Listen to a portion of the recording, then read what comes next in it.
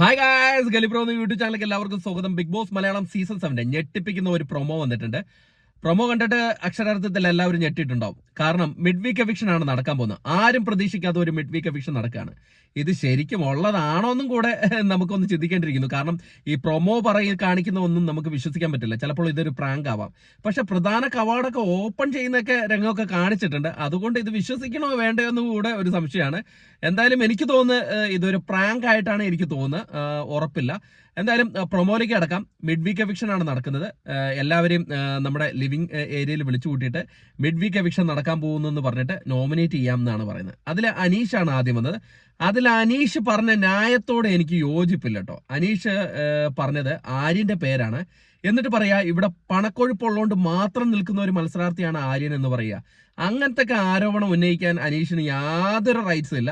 അത് പറയേണ്ടിയിരിക്കുന്നു. അങ്ങനെയൊന്നും ആരെയും ഇപ്പം ആരോപിക്കാൻ സാധ്യമല്ല.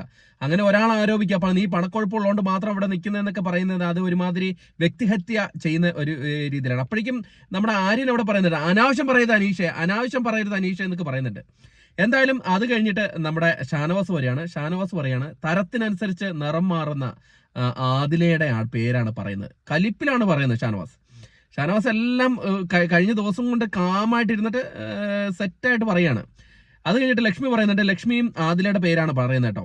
അത് കഴിഞ്ഞിട്ട് ആര്യം പറയാണ് 100% ഞാൻ എന്നെ സേവാക്കാൻ വേണ്ടി ഞാൻ ആദിലയുടെ പേര് പറയുന്നു എന്ന് പറയുന്നുണ്ട്.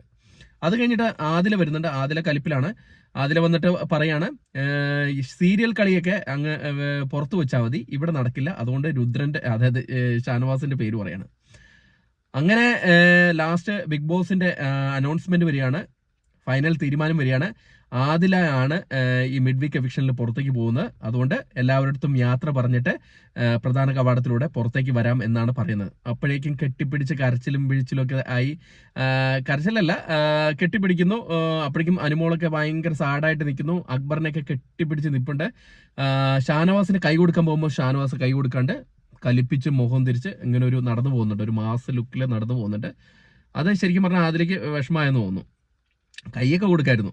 എന്തായാലും അങ്ങനെ നമ്മുടെ ആദില പുറത്തേക്ക് പോകുന്ന ഒരു രംഗത്തിലാണ് അവസാനിക്കുന്നത്. ആ പ്രധാന കവാടം ഓപ്പൺ ആവുന്നുണ്ട്, മെയിൻ എൻട്രൻസ്. അവിടം വരെ ചെന്നോ ഇല്ലയോ എന്നറിയില്ല. അങ്ങോട്ട് പോകുന്ന സീനാണ് കാണിക്കുന്നത്. അതാണ് പ്രൊമോ വിശ്വസിക്കാൻ സാധ്യമല്ല എന്നാണ് പറയുന്നത്. ഇതൊരു പ്രാങ്ക് ആവാനാണ് ചാൻസ്. കാരണം ആദിൽ അവിടെ പണപ്പെട്ടി എടുക്കും എന്നൊക്കെ പറയുന്നുണ്ട്. ചിലപ്പോൾ ബിഗ് ബോസ് കൊടുത്ത ഒരു പണിയാകാനാണ് ഇത് ചാൻസ്. പ്രേക്ഷകരായ നിങ്ങളുടെ അഭിപ്രായം ഒന്ന് കമന്റായിട്ട് രേഖപ്പെടുത്താം. എനിക്ക് തോന്നുന്നില്ല ഇത് ഒരു മിഡ് വീക്ക് എവിക്ഷൻ ഇങ്ങനെ നടക്കുമെന്ന് യാതൊരു ഐഡിയ ഇല്ല. എനിക്ക് തോന്നുന്നു പണപ്പെട്ടിയൊക്കെ എടുക്കുന്നതിന്റെ കാര്യമൊക്കെ പറഞ്ഞുകൊണ്ട് ഒരു ചെറിയ രീതിയിൽ ഒന്ന് പേടിപ്പിച്ചു വിട്ടായിരിക്കും. അപ്പൊ നമുക്ക് കാണാം. കൂടുതൽ അപ്ഡേറ്റുകളുമായിട്ട് അടുത്തൊരു വീഡിയോ ആയിട്ട് കാണുന്നവരെ ടാറ്റാ ബൈ.